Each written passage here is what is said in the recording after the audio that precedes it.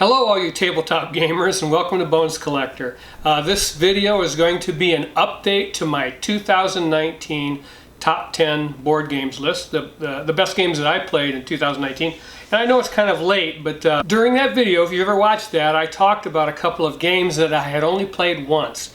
And I didn't know if they would be, how good they were. You know, it was difficult to tell after one play. You really can't tell anything about a board game by playing it one time. So I wanted to wait until I involved myself a little more with those games, and I did so. I picked up a copy of Tapestry, and I picked up a copy of Wingspan, and I want to tell you a little bit about those games because they did bump their way into my top 10 list.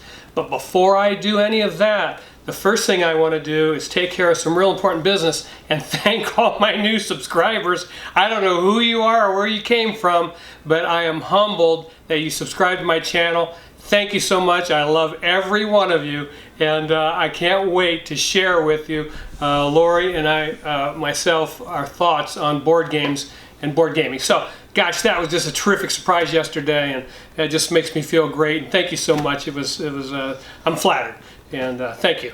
But the games that I'm going to talk about today are Tapestry and Wingspan, and they're going to come in, and by the way, Lori will put a list on the end of the video if you just want to fast forward and go past me yapping about it, and have a list of my top 10. Actually, we're going to leave the other two that are getting bumped. We're going to leave those on the list too because they were terrific games. So it's going to be the top 12 of 2019. But these games that I'm going to talk about today have bumped their way onto that list. And not only they bumped their way onto the list, but they bumped their way all the way to the top. I'm going to stay with Isle of Cats at number 1, just barely over Wingspan by Elizabeth Hargraves.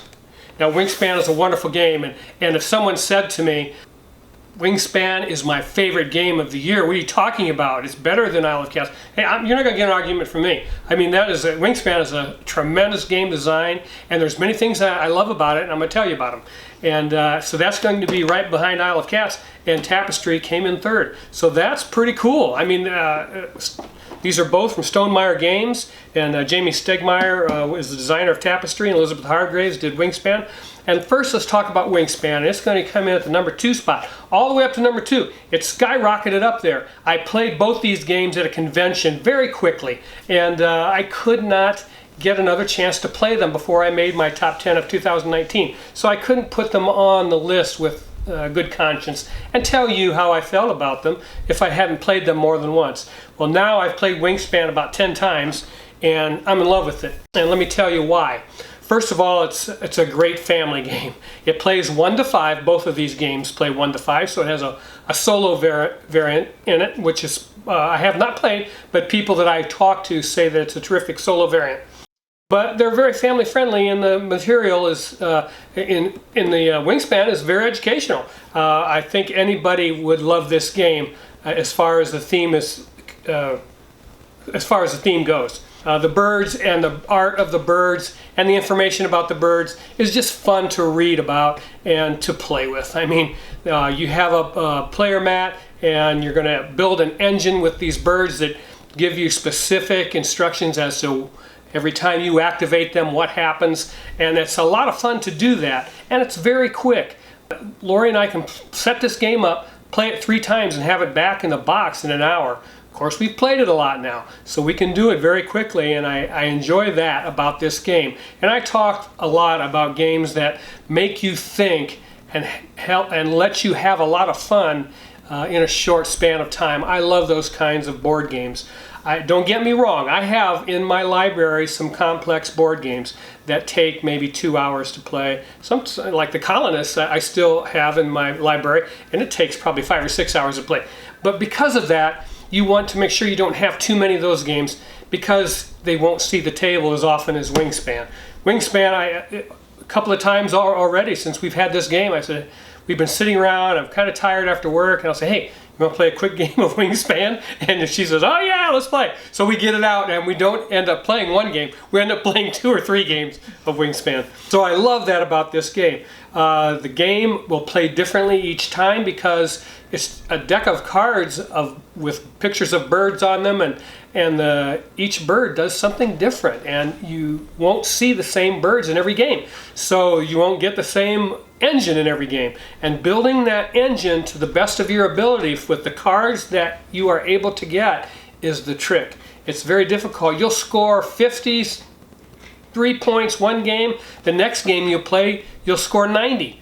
Because the cards just came to you, oh my gosh, you know, I got a wheat and a worm when I activate those cards, and my bonus card says that all the birds that eat wheat that I play, I'm going to get points for, so I'm buying those birds and putting them on my board, and I'm just, my bonus cards, and my egg row is laying eggs for everything, and I'm just doing so well. You end up getting 80 or 90 points, and in the next game, those cards won't be, the relationship between them won't be as good as that, and it's just the way it goes. So you're going to struggle to find that engine and really fine tune it to where it's scoring a lot of points. You may not be able to do that. I've had games where I've scored in the 50s, games where I've scored in the 80s.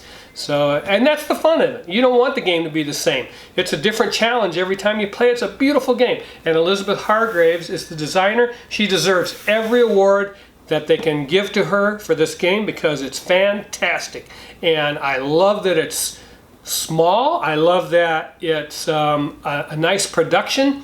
The only thing I wish the cards were a little bit bigger, because the print, because of my eyes and my age, sometimes can be a little difficult to read. I wish they were just a little larger, but hey, if I'm nitpicking, the game is a great design, and she did a wonderful job, and she deserves every award that she gets for this game because I'm going to keep it in my library for a long, long time. That's Wingspan by Stonemaier Games, and Elizabeth Hargraves, again, is the designer. What a terrific game. What a bunch of fun. Again, I can highly recommend this as a great family game for everybody. It plays great at 2, obviously, because Lori and I are going to keep it in our library, and that's important to us that it plays well at 2. So that's Wingspan. Do I want to show you anything? Oh yeah, there's one of the things in Wingspan that you get, which is pretty cool. You get this,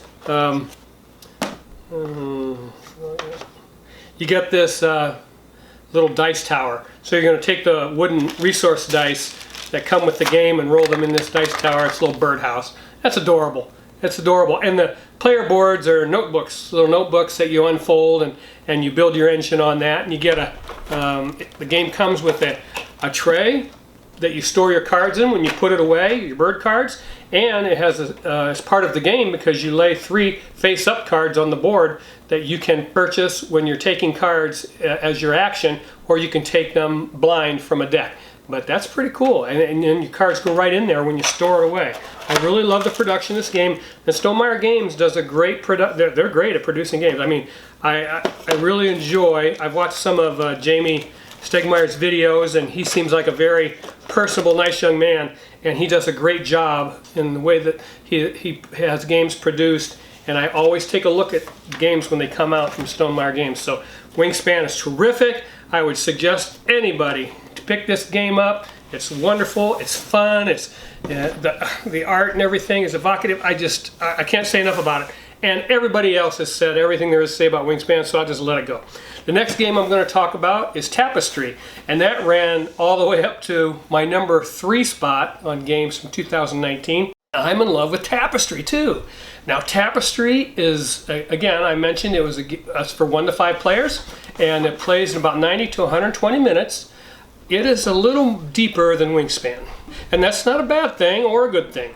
It just, the way the game is designed. Wingspan can be it can be played very quickly. This game's going to take an hour and a half. Even at 2, it takes over an hour. So, but that's not a bad thing because you're very, very interested in what you're doing. And in Tapestry, you're doing exactly that. You're building a tapestry or weaving a civilization together, and you want to score more points than all the players in the game, and the most points wins. And the way you do that is the board has 4 tech tracks on it, that we call them, and they're resource tracks or advancement tracks, and you're going to move your markers up those tracks that are going to pay you resources and benefits You have a player mat with buildings on them, and on those tech tracks it's going to tell you to remove buildings from your player board, put them on another mat that you have next to your player board called a capital city mat, and when you place those on there you get resources and rewards for doing that also.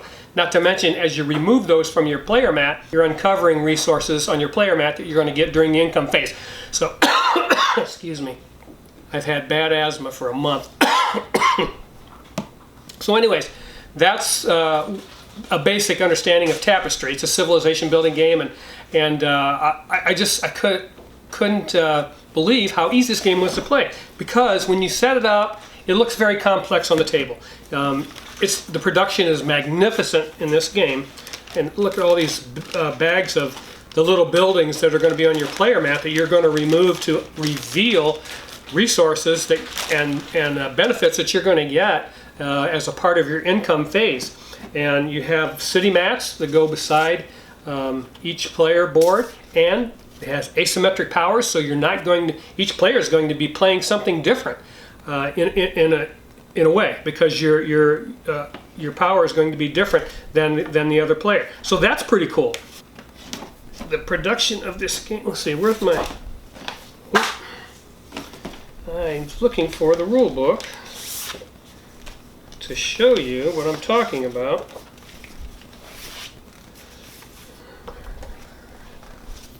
Right here.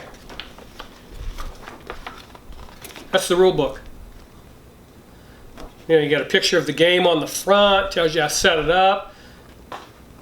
2 pages inside tell you how to play the game. On the back it tells you, it gives you a little more information about your capital city, other important notes, and how the game ends. And that's it, folks. 1, 2, 3, 4 pages. That is pretty cool. And again, my hat's off to Jamie Stegmaier for this rule book. It's very, very simple to understand. Tells you how to play the game. It just tells you, walks you through a turn. Gameplay right there. Tells you exactly how to take your turn. And for a game this size and for this complex to have a 4-page rule book, when I saw that, it absolutely freaked me out. I thought that's impossible. But no, it is very easy to play, and that's what keeps it very high on my list, or put it very high on my list for 2019 games.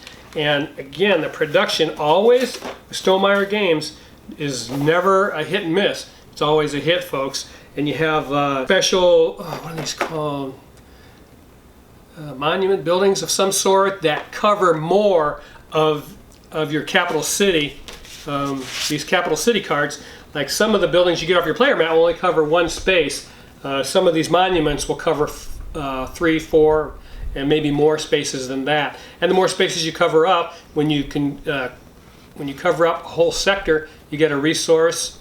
And when you complete a row and a column, you get a point every time you do income. And I think every time you land on an icon that gives you the point icon with a little meeple, that means you score your capital city. Or I don't know what that is, yeah.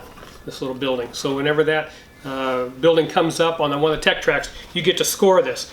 But, I mean, the dice are beautiful in this game. The monument buildings, or whatever you call them, are just these minis. They're painted for starters. I appreciate that. I'm going to take a minute and say that I just love board game companies that paint the minis. I understand there's a lot of people that like painting minis. I'm one that I do not. I want to get into doing a little bit of that because I have some gray gobs of plastic that I hate, that I would wish had color, and I'm going to paint them. But I enjoy it and I appreciate it when a board game company produces their game with painted minis. It just saves me a lot of time, and I don't really like playing with gray gobs of plastic. I don't know anybody that does, but a lot of times games come like that. But man, this production of this game is off the charts. The card quality is great. I just can't say enough about it, and that's Tapestry. And that's my 2 games that bump into my top 10 of 2019, and all the games on that list are in my library, and I love them all. And I'm going to play as much Tapestry and Wingspan as I possibly can this year. The only thing I want to say, a lot of the conventions, board game conventions, have been canceled, and that was really our avenue and resource to be able to play new board games. So going to be kind of, I don't know, I'm trying to formulate some kind of plan and see if I can't get my hands. I think we have like a game store around here somewhere that you can go in and play games if you pay a membership fee or whatever. So I'm going to look into that so that I can continue to play new board games and bring them to you. Good family and family-friendly, family-weight games. Again, I don't have anything against complex board games. It's just that you have to keep those kind of to a minimum in your library because it's difficult to get them to the table. Games like Wingspan and Tapestry, you can set up and play and have a good time, not have that much time invested. And is that all I want to say today? I think it is. Just make sure you like and subscribe. And again, thank you so much, excuse me, to my new subscribers. I think I went to work yesterday with 248 subscribers. I love all of you guys. And when I came home, I had 321. So that was a lot of subscribers for me in a short period of time. Never happens. I hope it happens more than once, but that was terrific. Thank you so much. I love every one of you. See you next time on The Bones Collector. And just keep on gaming because it's the best hobby on the planet. Bye-bye.